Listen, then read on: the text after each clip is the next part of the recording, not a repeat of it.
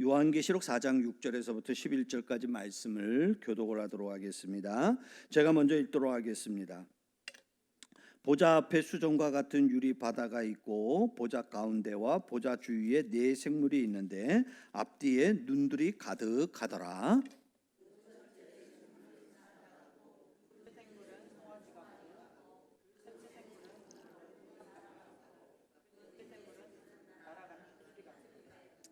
네 생물은 각각 6날개를 가졌고 그 안과 주위에는 눈들이 가득하더라. 그들이 밤낮 쉬지 않고 이르기를 거룩하다 거룩하다 거룩하다 주 하나님 곧 전능하신 이여 전에도 계셨고 이제도 계시고 장차 오실 이시라 하고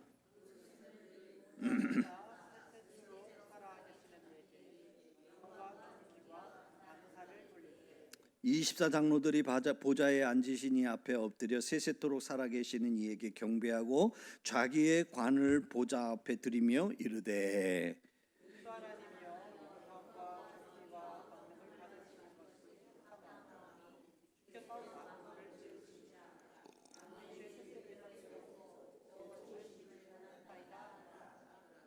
아멘. 우리 주 예수 그리스도로부터 오늘 은혜와 평강이 오늘 예배에 함께 하시는 여러분들에게 늘 충만하시기를 바랍니다. 하나님이 우리 가운데 함께 해주시고 오늘도 우리에게 큰 은혜 주실 줄로 믿습니다.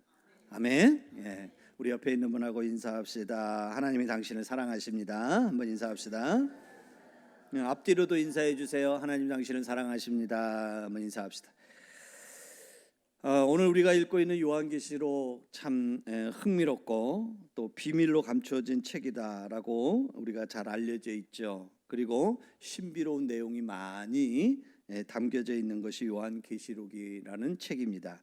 그래서 많은 사람들이 요한계시록에 이 담겨져 있는 비밀을 좀 풀어보려고, 그렇죠? 그 신비한 일이 도대체 뭔가 이걸 풀어내려고 많은 사람들이 요한계시록을 해석하려고 하고 또 요한계시록을 가까이 하고 있습니다.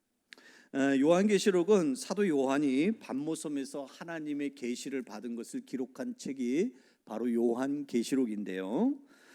그 하나님이 주신 계시는 어떤 계시냐면 종말에 관한 계시입니다. 앞으로 우리가 마지막 때가 되면 어떤 일이 벌어지고 나타날 것인가에 대해서 하나님이 계시로 말씀해 주신 것이 바로 이 요한계시록입니다.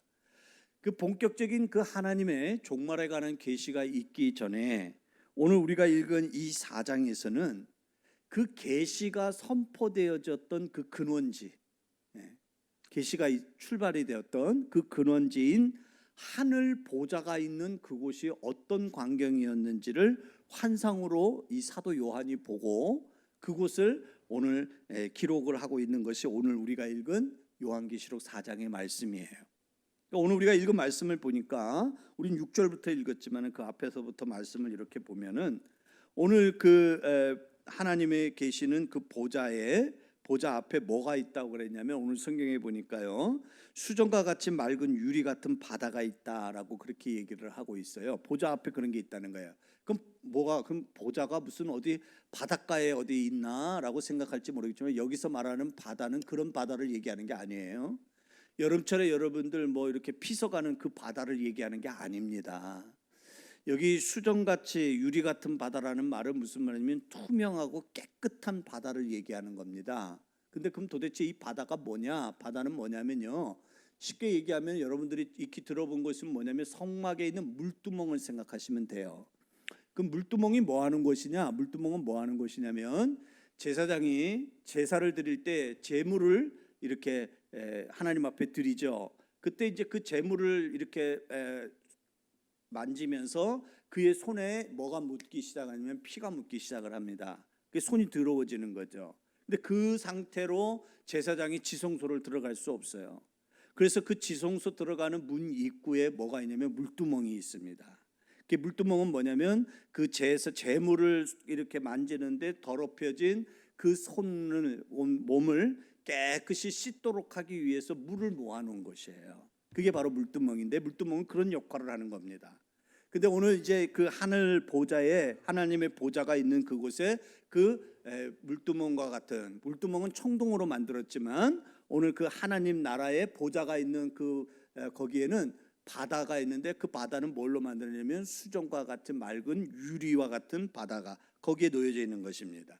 그 다음에 그 보좌 주위에 뭐가 있다고 그랬냐면 오늘 성경에 보니까 4가지 생물의 모양을 하고 있는 것들이 있다라고 얘기를 하고 있는데, 첫째 생물은 어떤 모양을 하고 있냐면 사자와 같은 모양을 하고 있고, 두 번째 모양은 어떤 모양을 하고 있냐면 송아지 같은 모양을 하고 있고, 세 번째 모양은 어떤 모양을 하고 있냐면 사람의 얼굴과 같은 모양을 하고 있다. 네 번째는 어떤 모양을 하고 있냐면 날아가는 독수리와 같은 모양을 하고 있다라고 그렇게 말을 하고 있어요. 그 다음에 그 4생물들을 가만히 보니까, 요한이 보니까 그들에게는 각기 6개의 날개가 있고요. 그리고 그 안과 겉과 바깥, 앞쪽과 뒤쪽 그 주위에 뭐가 있냐면 눈이 가득하다라는 거예요. 눈, 우리가 보는 이 눈을 얘기하는 거예요. 사람은 여러분 눈이 몇 개죠? 몇 개죠? 2개예요. 여러분 같이 서로 얘기 좀 합시다. 가만히 눈만 멀뚱멀뚱 떠지 마시고, 사람은 눈이 2개예요. 그런데 사도 요한이 보니까 이 4가지 생물들에게는 눈이 여러 개의 눈이 있는 거예요. 앞에도 눈이 있고 뒤에도 눈이 있고 주위에 눈이 여러 개 눈이 막 있는 그런 희한한 모습을 오늘 이 요한이 보게 된 것입니다. 그런데 이 4생물들이 하는 일이 뭘 하고 있냐면, 그들이 밤낮 쉬지 않고 그 보좌에 앉으신 이를 가리켜 보면서 그를 향하여서 거룩하다 거룩하다 거룩하다 하면서 영광과 존귀와 감사를 돌려보내고 있는 것을 이 요한이 보게 된 것입니다. 그럼 도대체 오늘 이 사자와 같고 또 송아지 같고 사람의 얼굴 모양 같고 날아가는 독수리와 같은 이 4생물이 도대체 이게 뭐냐? 좀 희한하지 않습니까? 이 무슨 괴물인가 몬스터인가? 도대체 이 4생물은 도대체 뭘 얘기하는 건가? 그러니까 우리가 정확하게 오늘 이 요한계시록 4장에서는 이 4생물이 뭐다라고 정확하게 말해주질 않아서 우리가 단정지어서 이야기할 수는 없지만은, 성경의 다른 성경들을 우리가 통해서 보면 이 4생물이 뭘 말하는지를 우리가 알 수 있습니다. 추정을 해볼 수 있는데, 첫 번째로 보니까 오늘 이 4생물들이 하늘 보좌 주위에 있는 것으로 보아서 이들은 어떤 존재들이면 영적인 존재들이에요. 세상에 있는 존재가 아니고 하늘 보좌 주위에 있다는 것은 뭘 얘기하냐면 신령한 존재들이에요. 그리고 이들은 실존의 존재입니다. 허상의 존재가 아니고 상상의 존재가 아니고 실존하고 있는 존재들입니다. 그리고 이들은 보좌 가까이에서 뭘 하고 있냐면 하나님을 섬기는 자들로 나타나고 있어요. 그리고 이들에게는 뭐냐면 6날개가 있다고 했습니다. 그리고 그 주위에 눈이 가득하다고 했어요. 그러니까 이런 것들을 우리가 근거로 해서 볼 때에 우리가 언뜻 생각나는 것이 뭐냐면 이사야 선지자가 보았던 거예요. 이사야 선지자가 성전에서 자기가 환상을 보았는데 그 이사야 선지자가 보았던 스랍들이 바로 뭐냐면 이 모양을 하고 있는 거예요. 그래서 오늘 우리가 이것을 보면서 그 이사야 선지자는 그 하나님의 보좌 옆에서 하나님을 수종하는 그들을 가리켜서 뭐라면 스랍, 천사라고 이사야 선지자가 언급하고 있는 것을 우리가 볼 때에, 오늘 이 사도 요한이 보고 있는 이 4생물들도 바로 뭐냐면 이 스랍과 같은 존재로서 천사라고 우리는 규정을 지을 수 있습니다. 에스겔서 1장과 10장의 말씀을 보면은 에스겔도 동일하게 이런 모습을 봤어요. 그런데 그 에스겔은 그걸 보면서 뭐라고 그러냐면, 그걸 보고 뭐냐면 그룹이라고 오늘 우리 성경에는 그렇게 번역이 됐는데 실상은 히브리어로 뭐라면 그룹이라는 말입니다. 그 말은 무슨 말이냐면 에스겔은 그걸 보고 뭐라면 그룹, 그 말은 무슨 말이냐면 천사라는 얘기예요. 그러니까 에스겔이 보았던 그 환상이나 이사야가 보았던 환상은 오늘 이 사도 요한이 보았던 그 환상하고 똑같은 환상이에요. 그래서 우리가 이것들을 볼 때 오늘 이 4생물은 뭘 얘기하는 것이냐면, 그건 뭐냐면 하늘에서 하나님의 보좌에 앉으신 그분을 향하여 그분을 수종들고 그분을 섬기는 천사들이라는 것을 우리가 알 수 있다는 것입니다. 근데 오늘 그 천사들이 뭘 하냐면, 천사들이 하는 일은 뭐냐면 하나님을 섬기는 일을 합니다. 하나님을 섬기는데 그들이 어떻게 보면 헌신자로서 그들이 하나님을 섬기는 모습을 그들은 나타내 보여주고 있는데, 그들이 어떻게 하나님을 섬길 때 헌신했는지를 4가지 생물의 모습을 통해서 우리에게 말씀해 주고 있다는 것입니다. 여러분, 오늘 지상에 있는 교회들은 하나님을 섬기는 것이에요.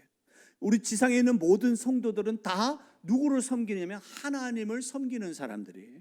그래서 지상에 있는 모든 교회와 성도들은 하나님을 섬길 때 어떻게 하나님을 섬겨야 되는지를 오늘 이 사도 요한이 보고 있는 내 생물의 모습을 통한 그 천사들의 그 섬김의 모습을 보면서 오늘 우리가 배워야 될 것이 있다는 거예요.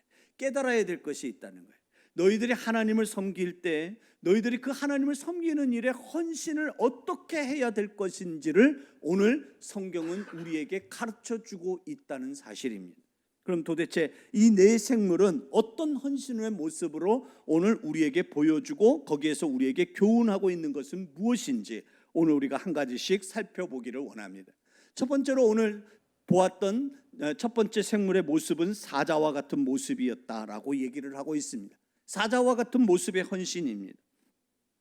여러분이 잘 알고 있는 사자의 특징이 뭡니까? 사자 하면 모두가 다들 같이 뭐라고 해야 되면 백수의 왕, 동물 중에 많은 동물들 중에 왕, 동물 중에 동물. 우리는 그렇게 사자에 대해서 이야기를 합니다.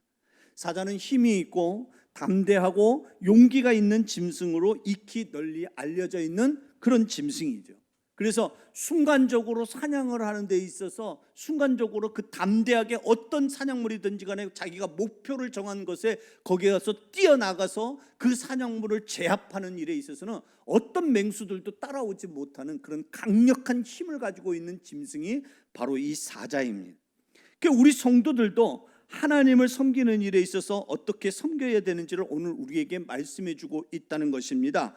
우리 성도들에게도 사자와 같은 힘과 담대함과 용기가 있어야 된다는 것이죠. 그래야지만이 주님이 주신 사명도 감당할 수 있고 대적해오는 마귀도 물리칠 수가 있기 때문에 그렇습니다. 그러므로 하나님을 섬기는 모든 헌신자는 그가 성도이든지 아니면 천사이든지 간에 우리는 어떻게 하나님을 섬겨야 되냐면 어떻게 하나님 앞에 헌신해야 되냐면 사자와 같은 모습으로 섬겨야 된다는 것을 오늘 우리에게 교훈하고 있다는 사실입니다.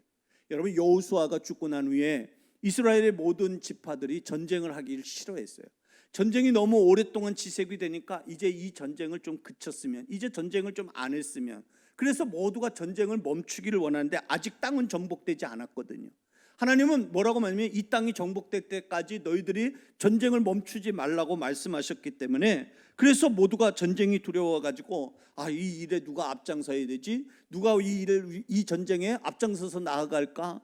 모두가 주저주저 하고 있으니까 누군가가 하나님 앞에 묻지요. 여짜와 이르되 우리 중에 누가 먼저 나아가서 싸우리까? 라고 묻습니다. 그때 하나님이 대답이 무엇이냐면 하나님이 뭐라고 말씀하시냐면 다른 지파를 이야기하지 않고 유다 지파를 이야기합니다. 유다, 네가 가장 먼저 앞장서서 나아가라. 유다 지파가 나아가서 싸우라고 하나님이 그렇게 말씀을 하십니다. 그게 사사기 1장에 나와요. 도대체 왜 유다는 여러분 이 야곱의 12아들 중에 서열로 따지면 셋째 아들이에요. 장자가 아닙니다. 가장 큰 지파도 아닙니다. 그렇다면은 그가 앞장설 이유가 없죠. 여러분, 앞장서려고 하면 모든 일에 있어서 장자가 앞장서야 되고, 앞장서려면 누가 앞장서야 되냐면 가장 강력한 지파가 앞장서야 되는데도 불구하고 하나님은 오늘 누구 보고 앞장서라고 하냐면 유다 지파 보고 앞장서라고 얘기를 합니다. 이스라엘 백성들이 이 가나안 땅 들어오기 전에 광야에서 행진을 할 때 그때 이스라엘 백성들이 12지파가 움직이는데 무질서하게 움직이지 않았어요. 질서 있게 움직였어요. 그래서 세 지파씩 그룹을 묶어가지고 동쪽에 세 지파, 또 서쪽에 세 지파, 남쪽에 세 지파, 북쪽에 세 지파, 이렇게 지파들끼리 자기들이 있어야 될 곳에 그것에 이렇게 그룹을 만들어 놓고 그리고 이 지파들이 이제 가나안 땅을 향해서 나가는 거예요. 근데 애굽에서 가나안 땅으로 가는 곳은 어디냐면 서쪽에서 동쪽으로 가는 거예요. 그러니까 동쪽에 속해져 있는 지파는 항상 맨 앞에 서서 가는 지파예요. 그런데 그 동쪽에 있는 지파 중에 우두머리 지파가 누구냐면 그게 유다 지파예요. 하나님이 왜 유다 지파를 앞세웠느냐? 그리고 가나안 땅에 들어가서도 전쟁하기를 싫어할 때 왜 하나님이 유다 지파를 왜 앞세웠느냐? 그 이유가 있다는 거예요. 그건 바로 뭐냐면 야곱이 12아들을 축복을 할 때 그 유다를 축복할 때 무엇을 비유하면서 축복을 했냐면 유다를 사자에다가 비유하면서 축복을 한 것입니다.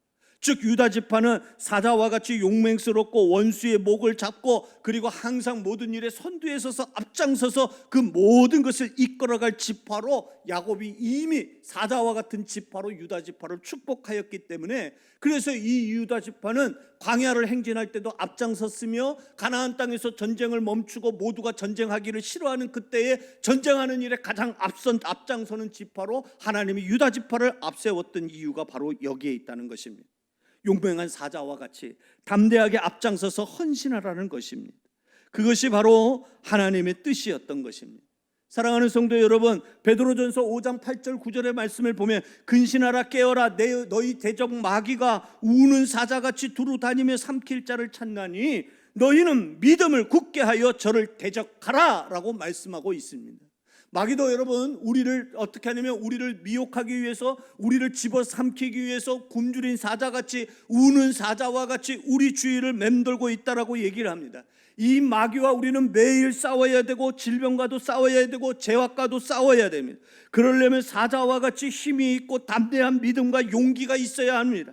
하나님은 사자와 같은 모습의 생물을 통하여 너희 하나님을 섬기는 너희 하나님의 성도들아, 너희 올리브 교회의 성도들아, 너희도 사자처럼 어떻게 해야 되냐면 하나님을 섬기는 일에 뒤로 물러서지 말고 뒤로 숨지 말고 너희들이 어떤 지파가 되냐면 어떤 교회가 되어야 되냐면 어떤 성도가 되어야 하느냐면 오늘 하나님이 말씀하시기를 이렇게 말씀하시는 거예요.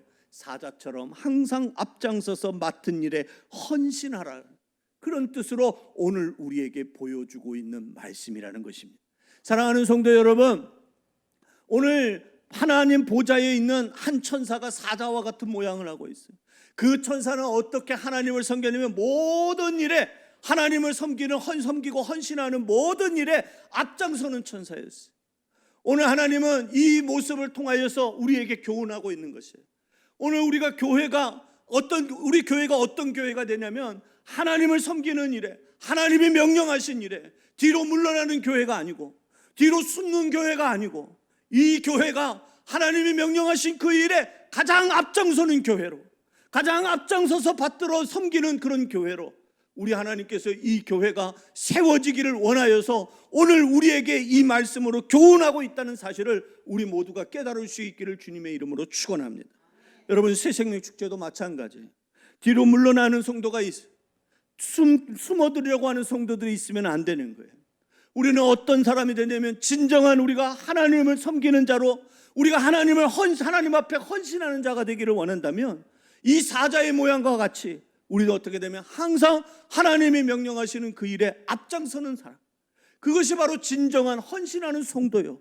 그 성도가 바로 하나님을 제대로 섬기는 성도라는 것을 오늘 우리에게 가르치고 있다는 사실을 우리 성도들이 잊지 않기를 주님의 이름으로 축원합니다. 두 번째로 오늘 그 생물의 모습은 어떤 모습이냐면 송아지와 같은 모습이라고 오늘 성경에서 이야기하고 있어요. 송아지와 같은 헌신이라고 얘기했는데 그렇다면 송아지의 특징은 뭐냐? 송아지의 특징은 다른 것이 아니고 순종과 희생입니다.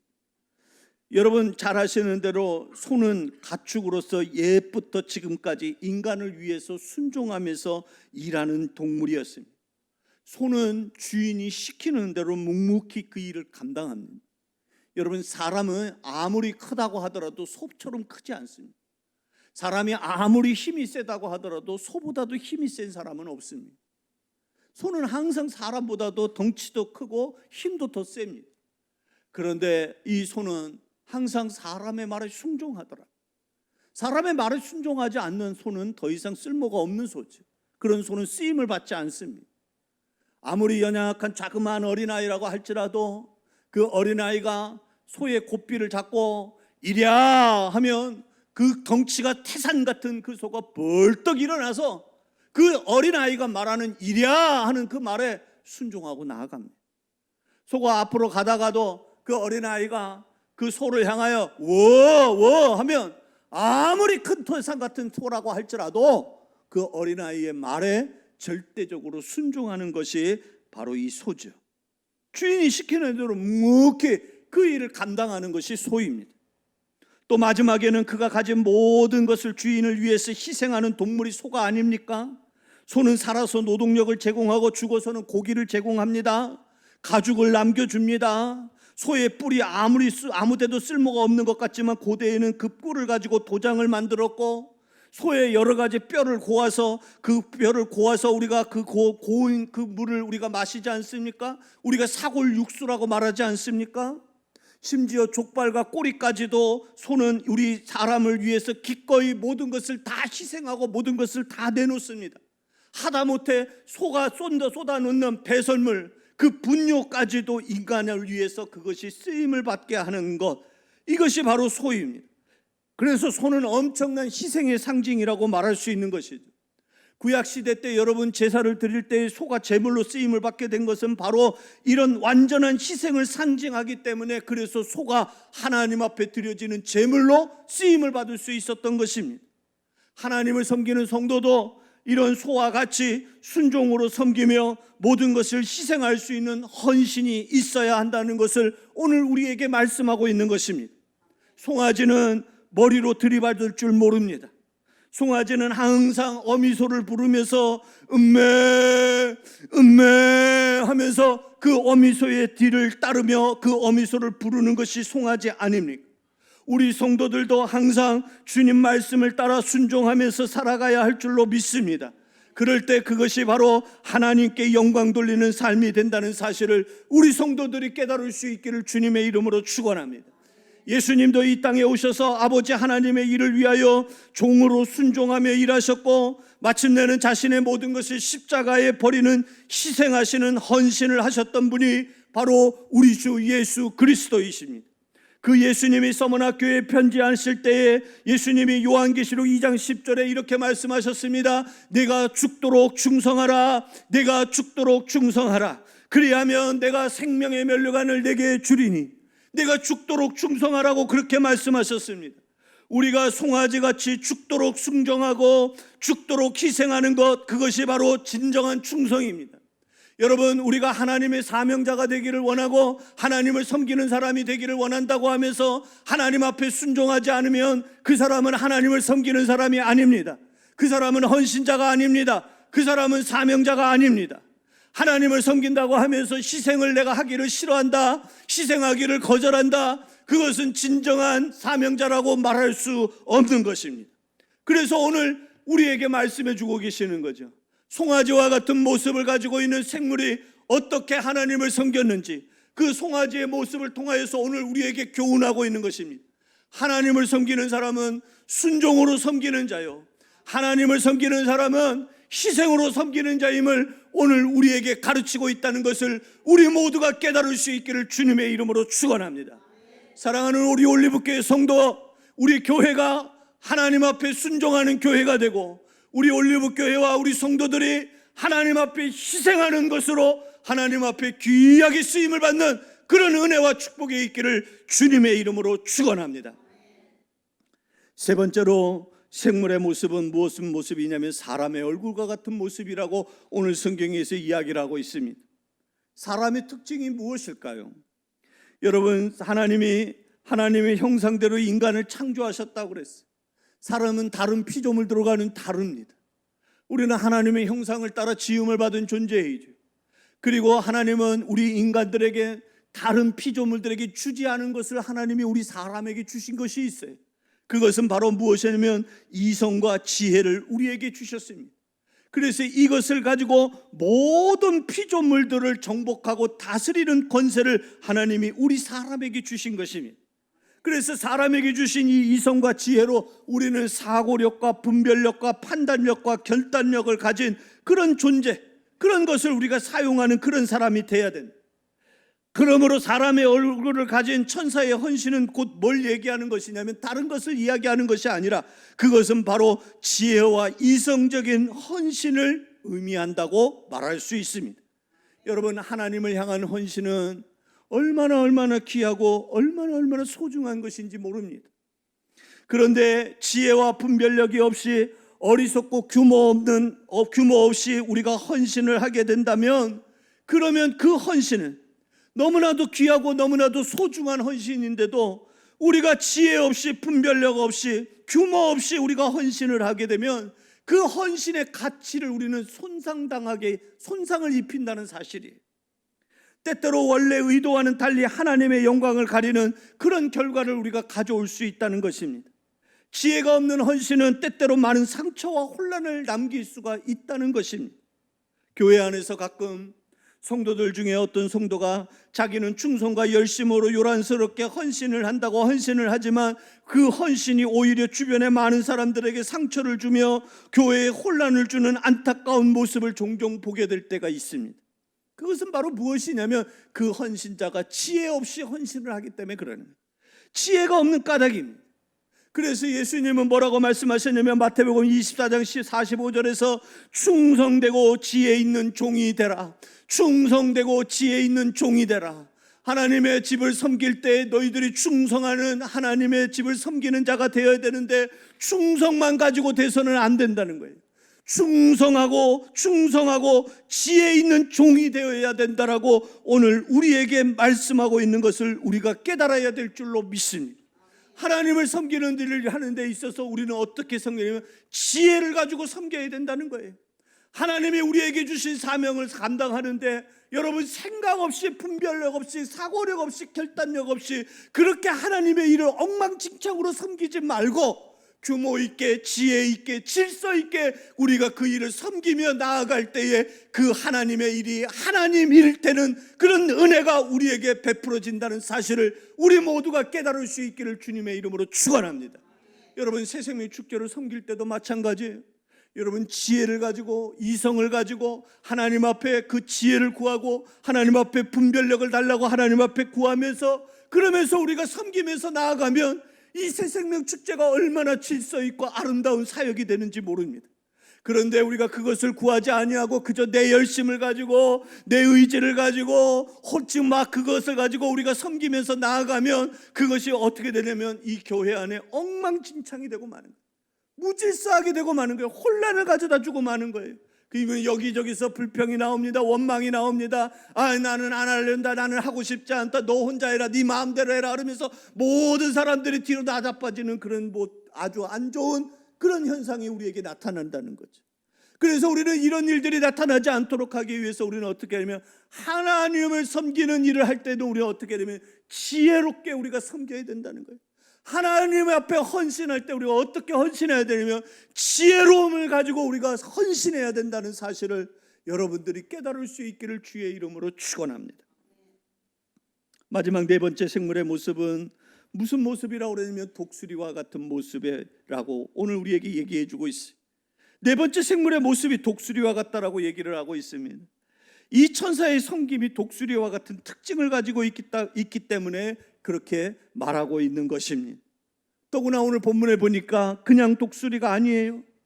저 어디 꼭대기에서 졸고 있는 독수리가 아니고 자고 있는 어디에서 쉬고 있는 그런 독수리를 얘기하는 게 아니고 오늘 성경에 보니까 뭐라고 얘기하냐면 그 독수리는 어떤 독수리라고 얘기하고 있냐면 날아가는 독수리, 날아오르는 독수리라고 오늘 성경에서 이야기를 하고 있다는 것입니다. 여러분 날아가는 독수리의 특징은 무엇입니까? 독수리는 새 중에 새, 조류의 왕이라고 얘기를 합니다. 독수리는 낮은 곳을 날아다니지 않습니다. 독수리는 항상 높은 곳에 있으며 저 창공 고공도 높은 곳을 날아다니는 것이 바로 독수리입니다. 그런데 이 독수리가 그렇게 높은 곳에 거하고 그리고 높은 창공을 비상하는 그런 독수리가 되려면 그렇게 날아오르는 독수리가 되려면 이 독수리에게는 지칠 줄 모르는 힘이 있어야 되는 거예요. 힘이 있어야 그렇게 높은 창공을 차고 올라갈 수 있는 거죠. 그리고 그곳에서 떠들면서 날아갈 수 있는 것이죠. 여러분 이사야서 40장 31절에 보면 여러분 잘 아는 말씀, 오늘 우리가 불렀던 찬송가 오직 여호와를 앙망하는 자는 새 힘을 얻으리니 독수리가 위에 날개치며 올라감 같을 것이요 다른 박질하여도 곤빗지 아니하겠고 걸어가도 피곤치 아니하리로다 말씀하고 있는 이 말씀을 여러분들은 잘 기억하고 계시는 줄 압니다. 여기 보니까 뭐라고 하냐면 새 힘을 얻어야지만이 그렇게 된다는 거예요.